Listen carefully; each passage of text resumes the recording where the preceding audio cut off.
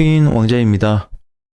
자, 새롭게 달라집니다. 알트코인들 과거와는 다르게 기대해 볼 수 있을 만한 위치에 도달했습니다. 자, 그래서 오늘 비트부터 알트코인들까지 검토를 한번 해보겠습니다. 자, 지금 현재 이제 장이 세팅이 됐는데 오늘도 비트코인이 1.7% 하락해서 끝났습니다.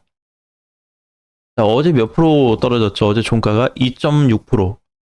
자, 이날은 반등이 크게 나온 상태는 아니었습니다. 사실 그죠? 하락이 깊었다가 보합 위에서 끝났기 때문에 그냥 다시 살려놨다. 근데 어제 종가는 다시 부셨고요. 오늘 종가로 다시 하락했습니다. 자, 그런데 이제 이상한 게 있습니다. 자, 분명히 이날까지는 코인들이 다 동일하게 움직였어요. 비트코인이 올라주면 반등도 주고 그 다음에 떨어지면은 같이 떨어졌습니다. 근데 오늘 종가 거는 좀 이상했죠. 마이너스가 이때 빠졌던 2.6%나 1.7%나 크게 차이는 없거든요. 근데 방금 전까지만 해도 비트코인이 1.7% 빠지는 동안에 많이 밀린 코인들이 한 5%, 6%밖에 안 됩니다.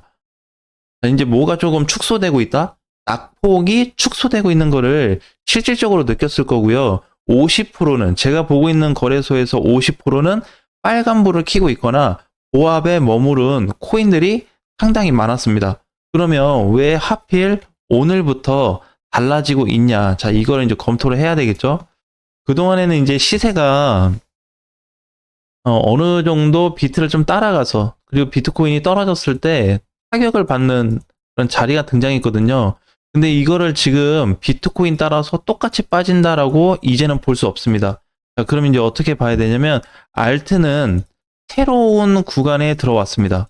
자, 이게 무슨 얘기냐면 기존에 이제 2017년 이후로 현재까지 봤을 때 알트코인은 어떻게 됐어요? 항상 매질을 당했습니다. 비트코인한테. 따라가면 따라가고 눌리면 더 많이 빠지고 이런 어떤 사건들이 계속 유지가 됐었는데 이제 수년 만에 온 알트코인들에 대한 새로운 포지션이 등장을 했다는 겁니다. 자, 그래서 여기서 이제 중요하게 볼 수 있는 거는 낙폭 과대를 보시면 돼요. 자, 이제 그게 달라진 겁니다. 낙폭 과대. 자, 그러면 이제 비트를 봐도 의미가 없어서 알트코인들을 그냥 한번 찝어서 보겠습니다. 자, 이렇게 보면은 4.6% 빠졌습니다. 온톨로지는. 그죠? 근데 4.6% 하락은 했는데 저번에 밀렸었던 급락했을 때, 저점 대비했을 때 상당히 많이 안 빠져줬습니다. 일단은 우리가 이거를 보면서 검토를 해야 되는 게 첫 번째는 어제 타격으로 인해서 알트코인들이 얼마나 밀렸냐를 봐야 되고요. 두 번째는 최근에 저점 기준까지 했을 때 하락폭이 얼마나 깊었는지 아니면 약했는지 이 두 가지 유형을 반드시 따지셔야 됩니다. 왜냐하면 이거를 지금 따지지 않으면 어제 그 전날 3일 동안 밀린 코인들에 대해서는 자꾸 나쁘게 해석을 할 수밖에 없어요. 그래서 지금은 과거와는 좀 다른 흐름이 발생되면서 뭐에 대한 좀 싸움이 될 수 있다? 멘탈 싸움의 시기가 될 겁니다. 그냥 조금만 마이너스가 좀 심해지거나 이러신 분들은 아마 코인 시장을 떠나거나 또 손절을 하게 될 가능성을 좀 높게 봐야 되는데 그렇지 않는 상황이라면 현재 알트 시장을 긍정적으로 보시는 게 좋습니다. 그러면 이제 온톨로지가 어차피 많이 빠졌습니다. 그죠? 근데 언제부터 빠졌냐면은 시기가 12월부터 대부분 이때부터 모든 알트코인들이 빠졌거든요. 비트코인은 지금도 안 빠지고 있어요. 비트는 여기서 이렇게 왔다 갔다 하고 있는 상태고요. 근데 여기 오다 보니까 비트코인이 눌림에도 불구하고 알트코인들 하락세가 전체적으로 마이너스 30% 이하까지 떨어졌습니다. 이게 무슨 얘기냐면 알트들 있죠. 그러니까 지금 급등 안 됐고 하락한 애들 하락했는데 온톨처럼 이제 뭐 리플 같은 경우는 많이 올라갔잖아요. 그런 거 말고 걔네 말고 이렇게 못 간 코인들을 기준으로 봤을 때 이런 코인들을 10개, 20개, 30개 모아서 봤더니 전체 비율을 재보니까 30% 이하더라. 이게 무슨 얘기냐면은 비트코인이 하락됐을 때 동시 하락될 가능성이 그만큼 줄어들었다는 거예요. 굉장히 낮은 폭입니다. 지금 비트코인은 누가 봐도 고점에 있어요. 아직도. 알트코인들은 그냥 바닥에 있고요. 그래서 이제 딱 그 상태로 이제 쪼개질 수가 있는데 현재도 다행인 거는 전체 비율이 많이 떨어졌다는 겁니다. 마이너스 폭이 올라갈수록 비트코인 흐름에 따라서 무너질 가능성이 높다 이렇게 봐야 되는데 사실 2022년도 연말 포지션하고 똑같아요. 알트 위치가. 그러니까 22년도 연말에는 FTX 거래소 파산됐을 때 시장이 마지막까지 바닥을 찍어준 자리였거든요. 그때 갔을 때도 알트코인들 타격이 심했어요. 그때 비율이 30% 이하로 한번 떨어진 적이 있었습니다.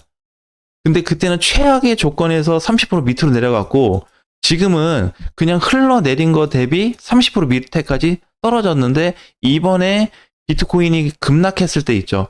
그때 기점으로 어제까지 이게 성립이 되는 내용입니다. 그래서 결론은 오늘 종가부터 다른 방향이 나타나고 있다라고 보셔야 돼요. 그래서 오늘 종가는 사실 비트코인은 이제 추가 상승이 아니 추가 하락이 더 나올 수 있고요. 비트 입장에서 보게 되면 그래서 지금 위치가 이제 1억 5천 1억 5천 100만 원인데 오늘 단기 반등 이후에 다시 깨질 수 있어요. 왜냐면은 이번에 올려줬었던 이날 이 지금 지지선이 종가로 깨져버렸습니다.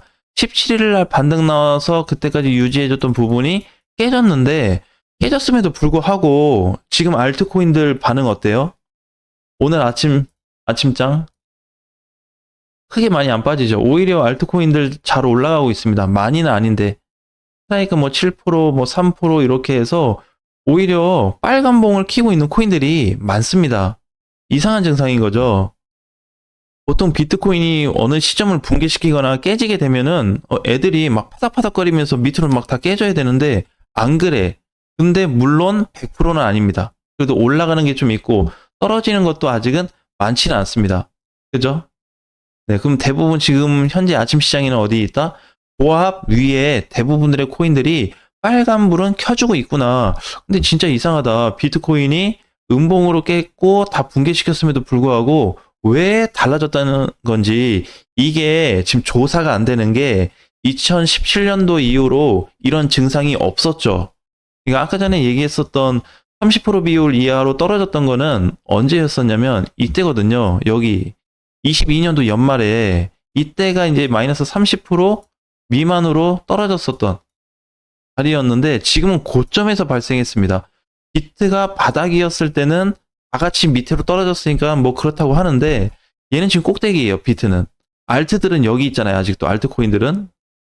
그렇다 보니까 비트하고 알트하고 자꾸 엇갈릴 수밖에 없는 이런 포지션들이 이번에 등장이 된 건데 사실상 2017년도 이후로 따지면 두 번째 발생했습니다. 그만큼 지금 알트코인들이 뭐 하고 있다? 뿔났다. 너무 빠져가지고 뿔이 난 상태이기 때문에 앞으로 이제 비트를 눈치를 안 보고 자체적 움직임이 나올 가능성을 당분간은 좀 높게 봐야 되지 않을까 이렇게 보여지고요. 그 다음에 이제 중요한 거는 비트코인 오늘 종가가 마이너스 1.7%, 이더리움은 양봉으로 끝났습니다. 1.5% 오히려 올랐어요. 왜 바뀌었어요? 왜? 이더리움은 알트코인들을 주도하는 알트 대장입니다. 그죠? 근데 이더리움이 지금 비트코인 따라서 안 빠졌다는 거는 다른 쪽으로 좀 생각을 해봐야 돼요.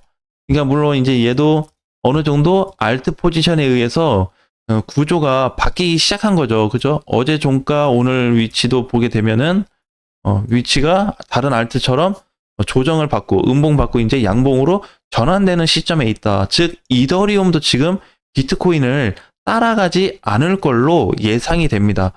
근데 중요한 거는 지금 시스템이 어떻게 바뀌었다는 거예요. 구조적인 부분이 과거하고 사이클이 바뀌어 버렸습니다. 자, 그러면은 사실 이제 비트만 좀 소외가 된 케이스인데 제가 봤을 때는 비트는 어차피 제한적 상승이면서 동시에 하락 조정 가능성이 있습니다.